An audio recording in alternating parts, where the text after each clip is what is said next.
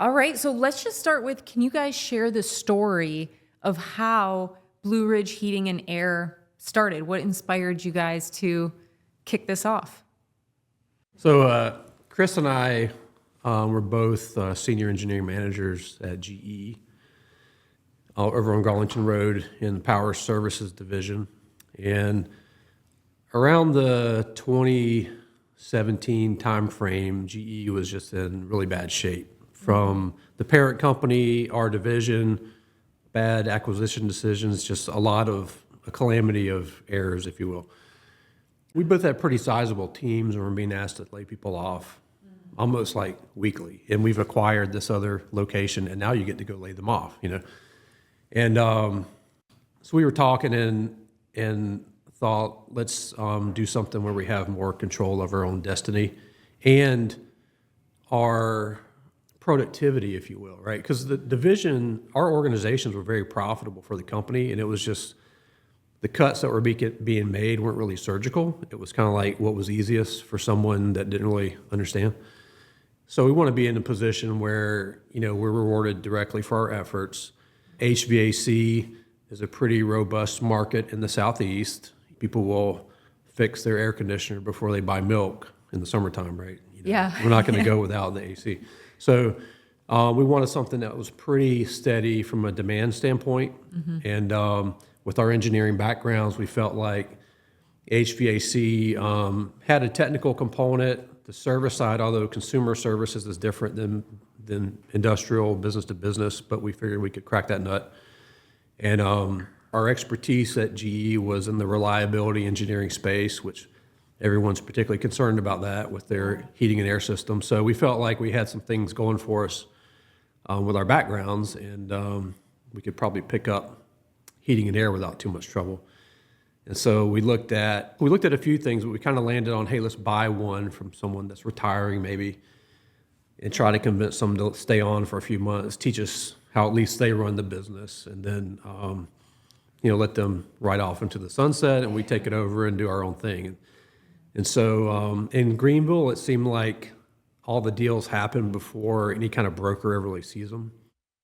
Right. I've periodically looked to just see, hey, what's for sale in the home service space? And it's usually zero or maybe like one power washing truck and no customer base. So we took 3 of them relatively seriously, and all of them, the ones we found we live in Greer. We're an hour away from where we live.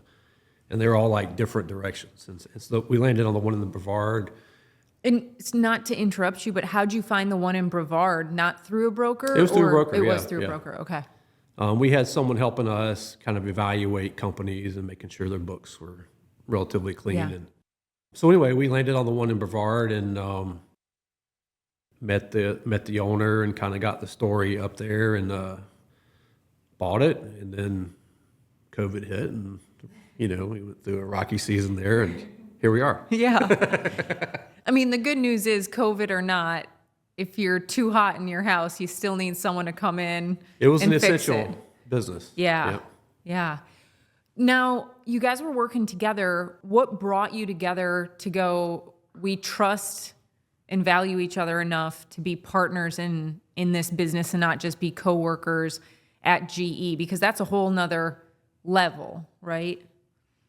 That's a good question, right? We were peers at GE, right? So there's a little bit of competition there between groups, but Ben's a trustworthy guy, right? And we've always worked pretty well together, so we felt like it would be a good way to move forward. So, okay, so you purchased this company.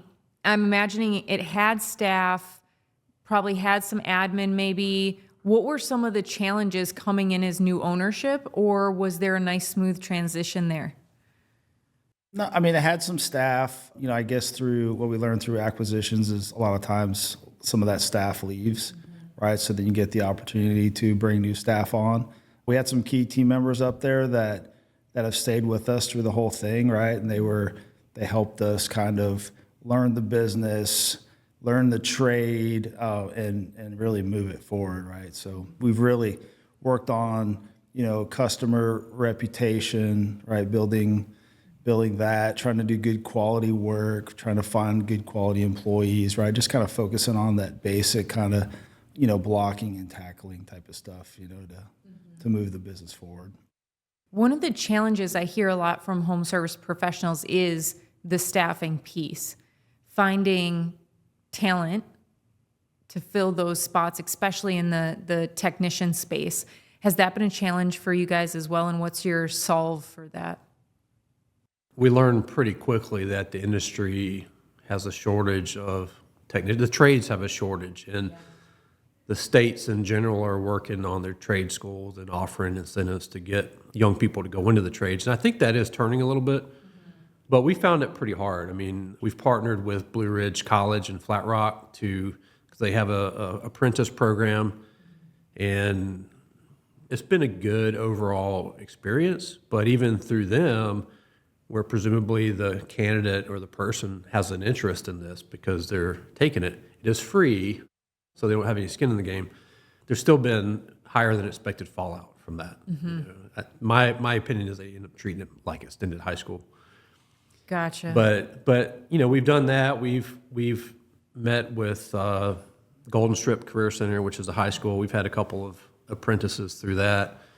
We've met with the Greenville Tech folks, the Spartanburg Community College, to try to exhaust all the avenues where people that have an interest in it seem to be going, because someone made a comment earlier today that a lot of people in this industry seem to have fallen into it. Like it wasn't their plan to get there. They just, for whatever reason, they find themselves doing it. And so finding someone that's intentional about wanting to be there is pretty rare. Most people, I think, don't think about it because HVAC is one of those things that's, even in your home, you don't think about it unless it's a problem. So Right. They kind of forget there's even a career path there, Yeah. And I guess you do go in front of young people and talk about this. What do you say to them as a motivating factor to say, come and try this? I think it's a really good career for folks, right? And there's a kind of a logical progression for people, right? So you can, work your way with the installations and learn how the equipment's installed, and then move maybe more into maintenance and learn how to maintain the equipment, and then get that knowledge to go into service. And, they can do pretty well for themselves, right? Financially, right? And have, a pretty balanced job, right? That's got relatively regular hours.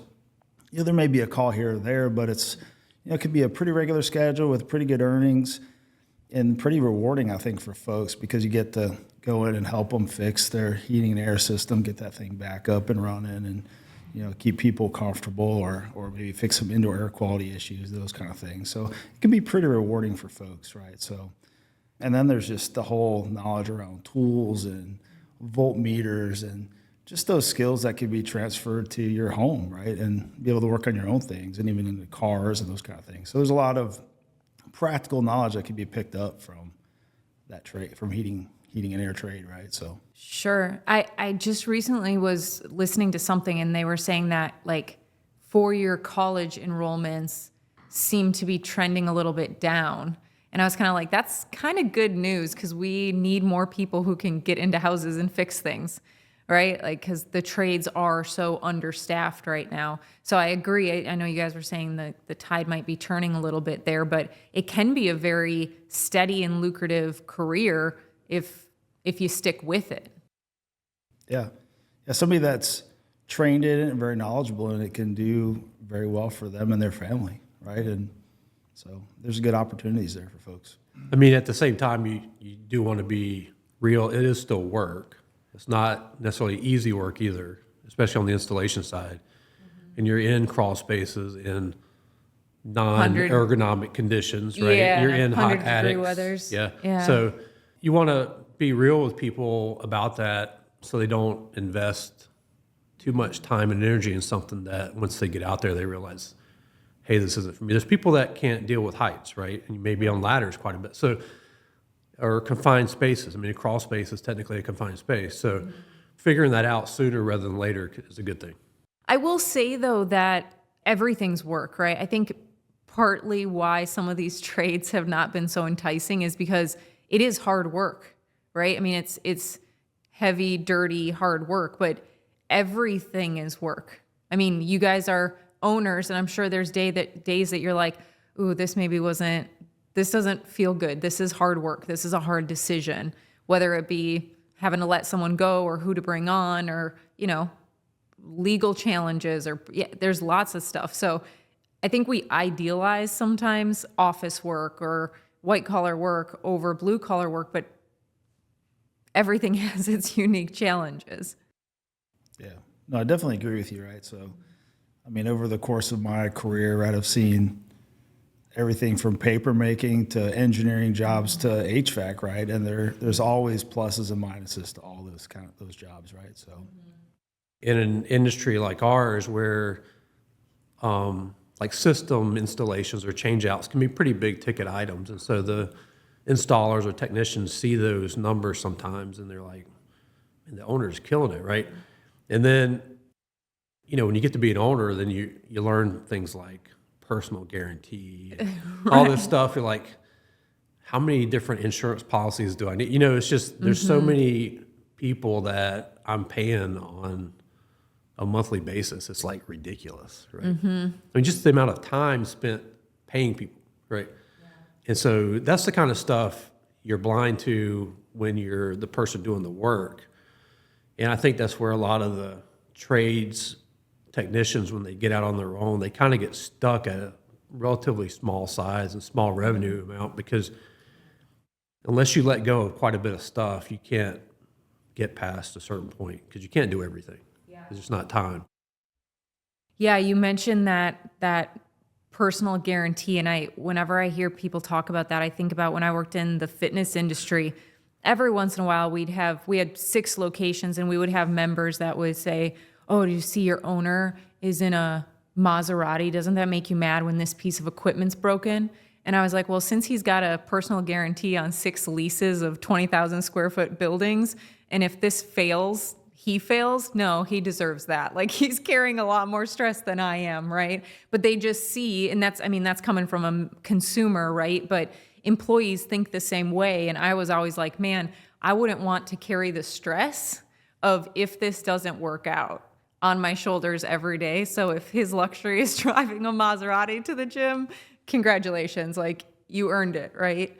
Now, granted, he had his hands in a lot of other things, but I just always remember that when people would comment on that. I'm like, man, every job has its cons, right? When you guys were at GE having to lay people off, that's never a fun job. I've been in that position too, and it never gets easier. No, it's hard, especially, I mean, usually for us now, if we're terminating someone, it's because of performance issue. It's never because of there's not enough work for them or whatever.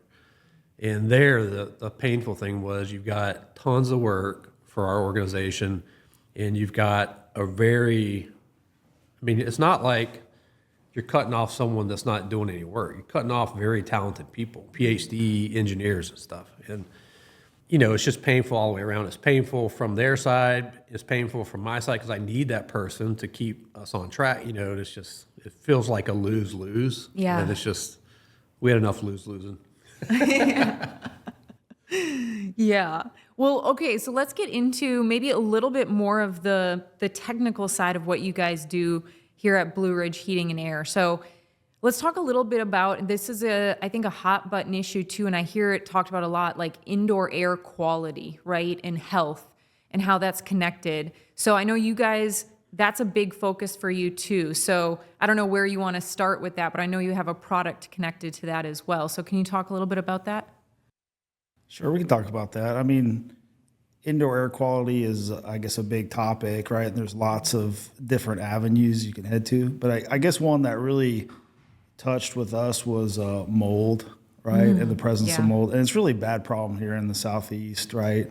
Mold in crawl spaces and mold in ductwork. And we kind of saw this common theme. We would go back, or we'd go to houses and see mold in their ductwork, and then really the only progression there is to replace it, right? And replace the system or do these thorough cleanings that you try to hope and get everything. So we've kind of seen a niche there, right? And, we have a product called AirGuard that we have developed internally to predict the environmental conditions for mold, and then be able to detect if mold is present in that area. So it's something that we're pretty excited about and been working on for a while, getting that to the market. So. And what goes into that? Tell me, how does it detect the conditions are correct for mold? Well, we're looking at, some environmental conditions, right? Like temperature and humidity and that kind of stuff. And we have prediction models in there, right? So as we used to do models for GE and their gas turbines and steam turbines, right? We've taken kind of some of that learning and applied it to how mold grows, that kind of thing. So, and then we also have AI trained models, right? That will detect the presence of certain types of species of mold, right? And that was kind of how we've built that sensor out.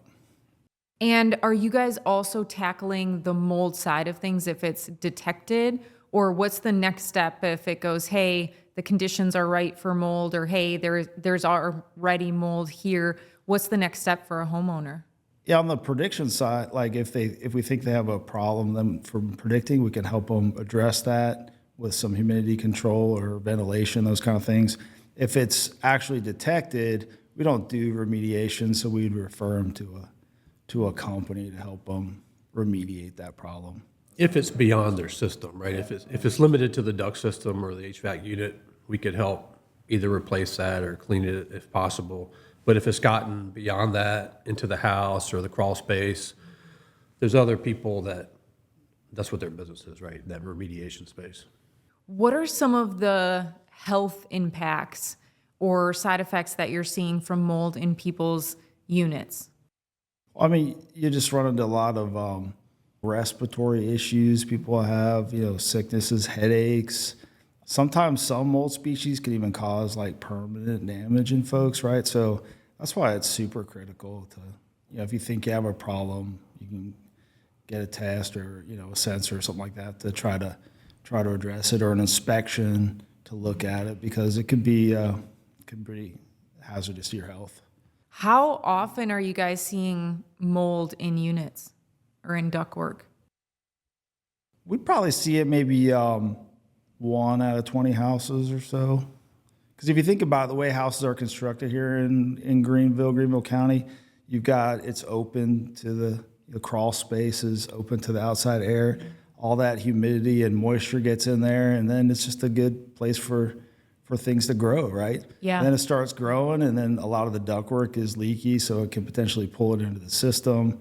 System may be oversized, so it's cycling on and off, and high humidity, those kind of things, and it just kind of takes off and cascades. And you'll open up a ductwork. We had a customer where we opened it up, and there was just all sorts of stuff in there, and the poor woman couldn't even sleep at her home. She had to leave and stay at a different location, right? So until all that stuff was replaced.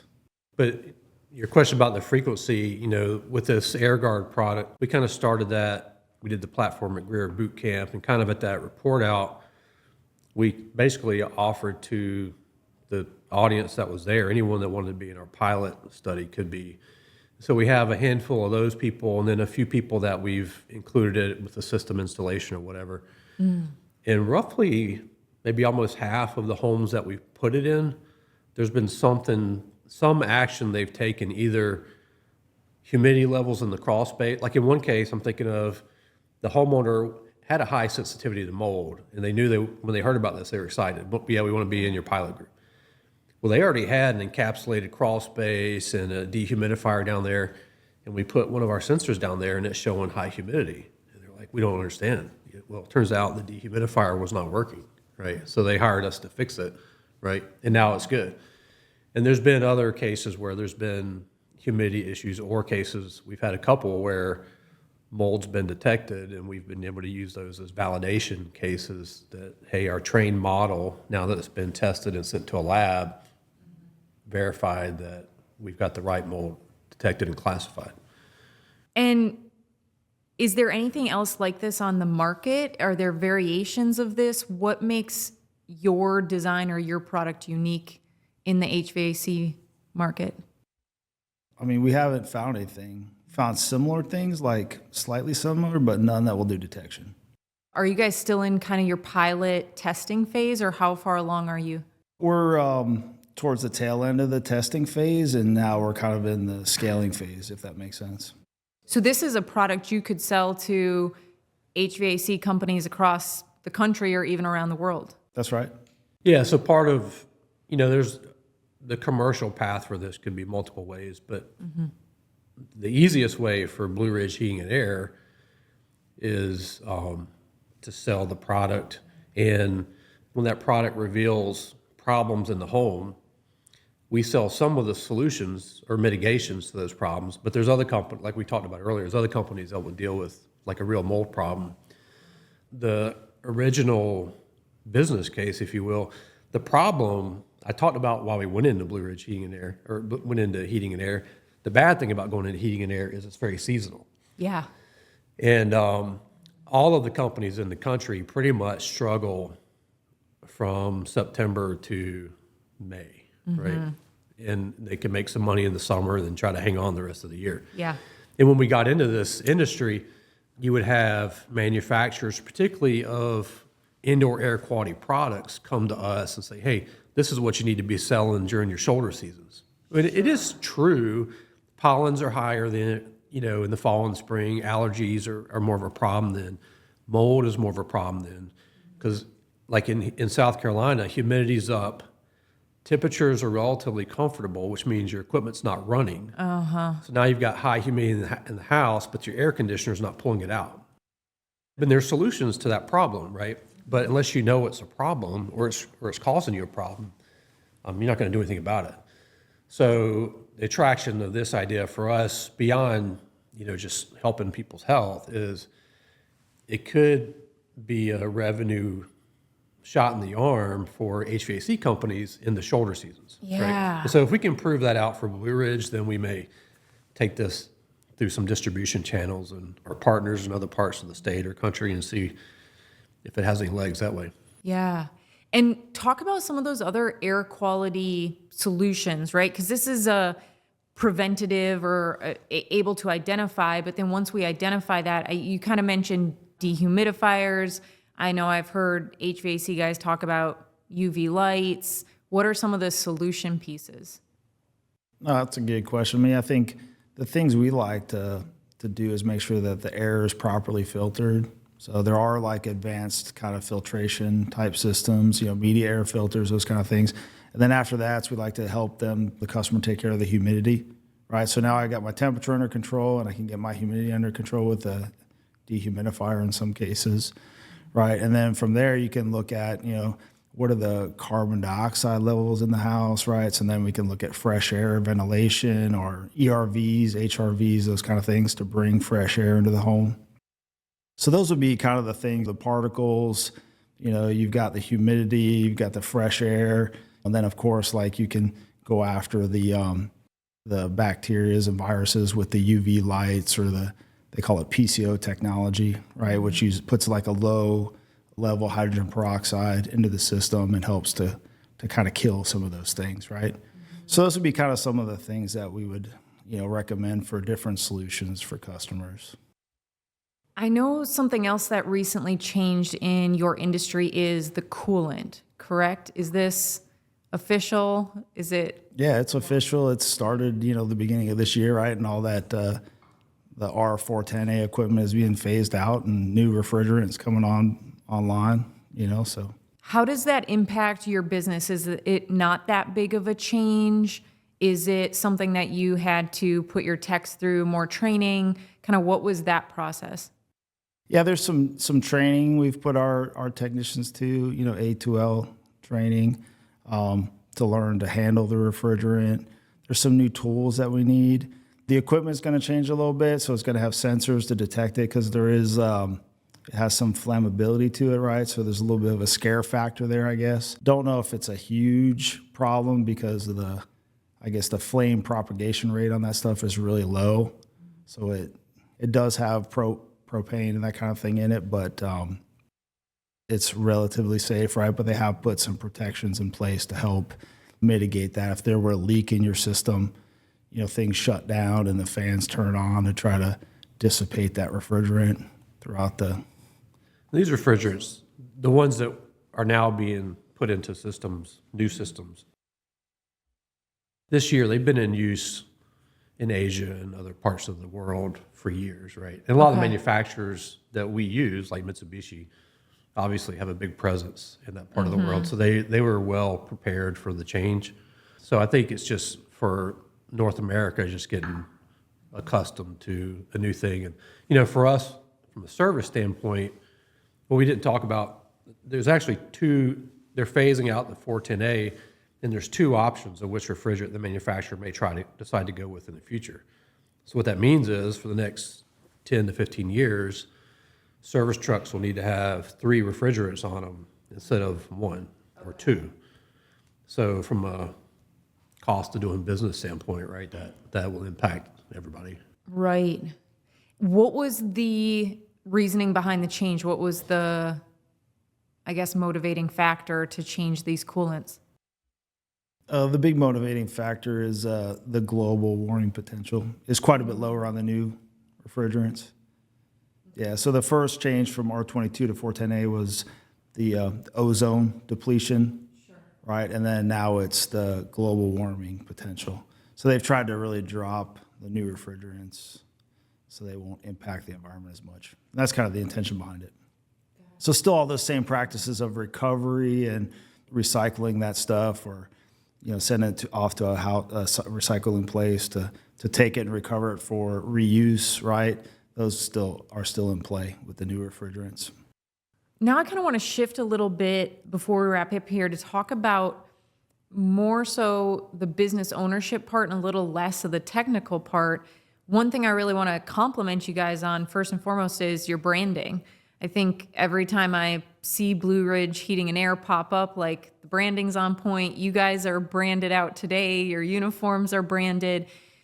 Talk to me a little bit about that. Was that something that you guys knew, hey, we got to have some consistent, strong branding here? Was that something that you brought on board after getting started? Because I think that gets missed in a lot of home service companies. I think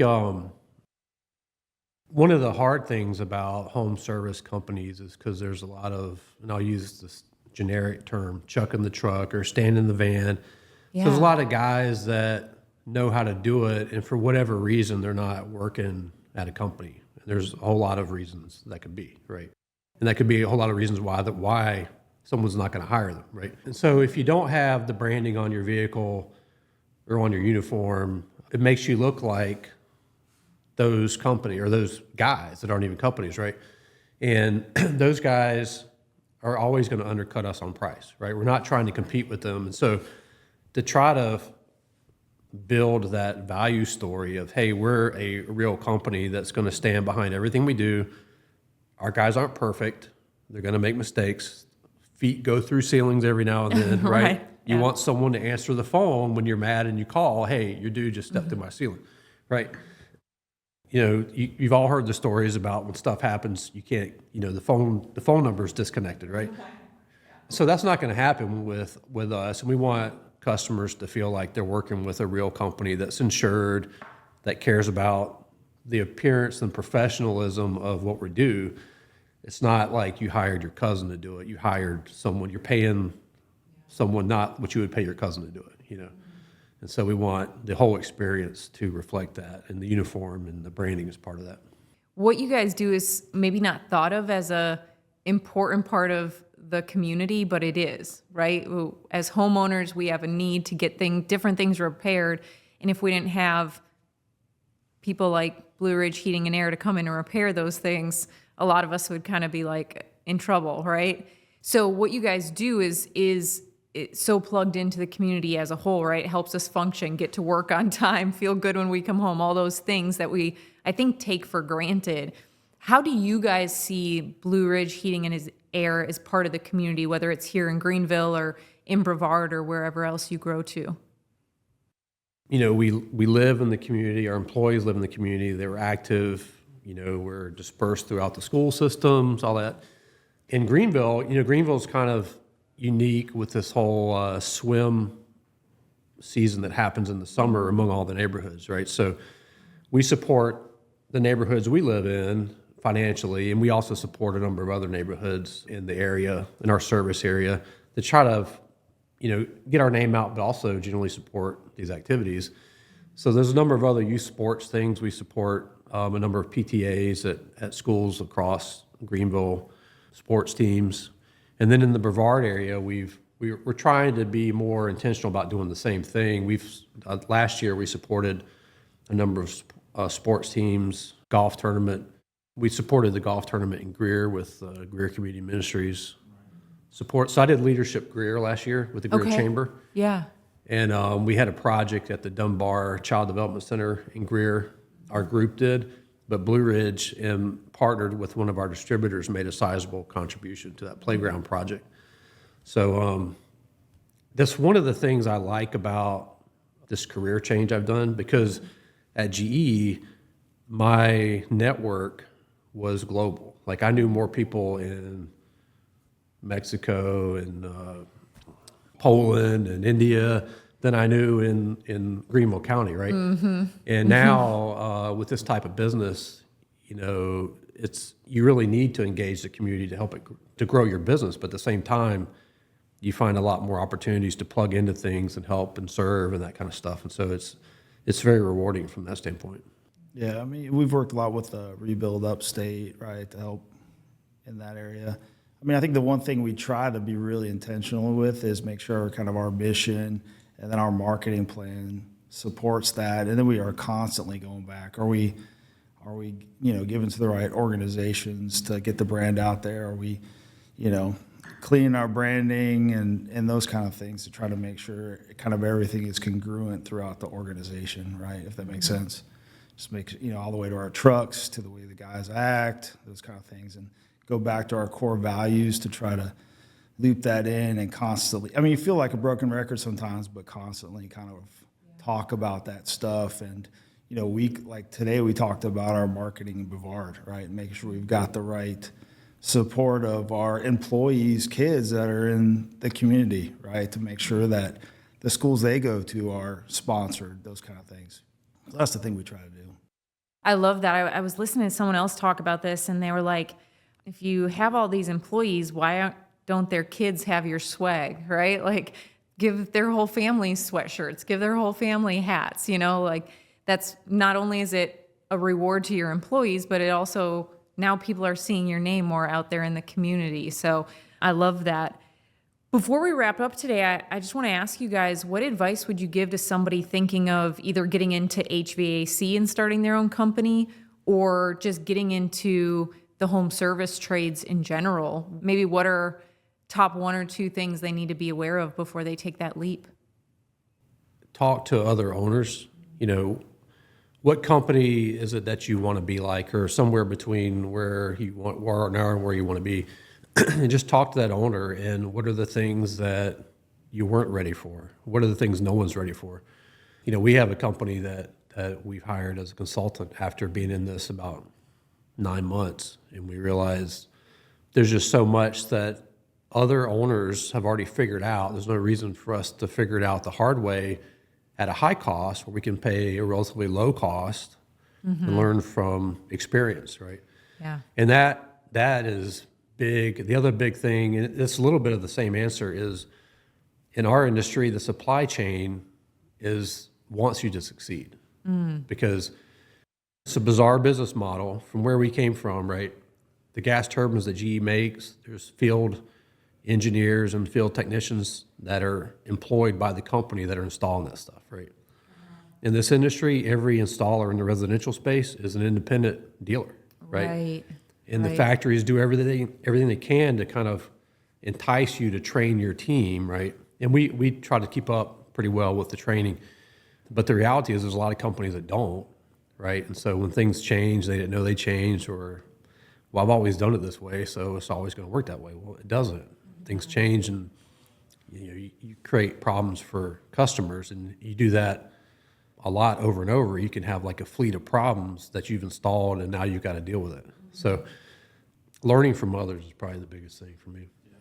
I would agree with Ben. I think getting a good coach, right, early on, and to help you walk through those problems, right, that has access to other home services companies across the country is kind of what we've done, right? It's been a huge help.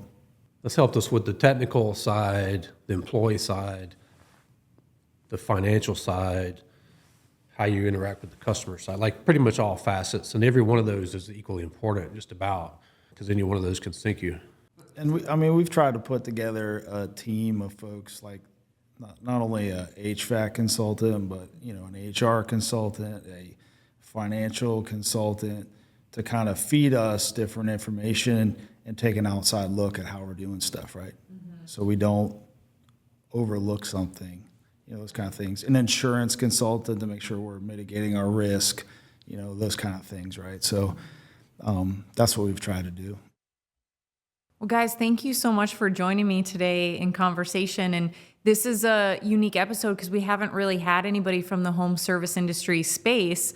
And I have been wanting that because I think, like I said, the trades kind of get overlooked and they don't really get put front and center that often until, to your point, it's not working and now it's 100 degrees in your house. So I think it's time we talk a little bit more about the trades and get you guys some more recognition. So thanks for being on the show, and I'll be sure to link to your website. So if anyone locally is interested in AirGuard or anyone wants to reach out to you guys about that, they have the opportunity to do that. So thank you for joining me. Yeah, appreciate it, Tom. Yeah, thanks for having us. Anytime.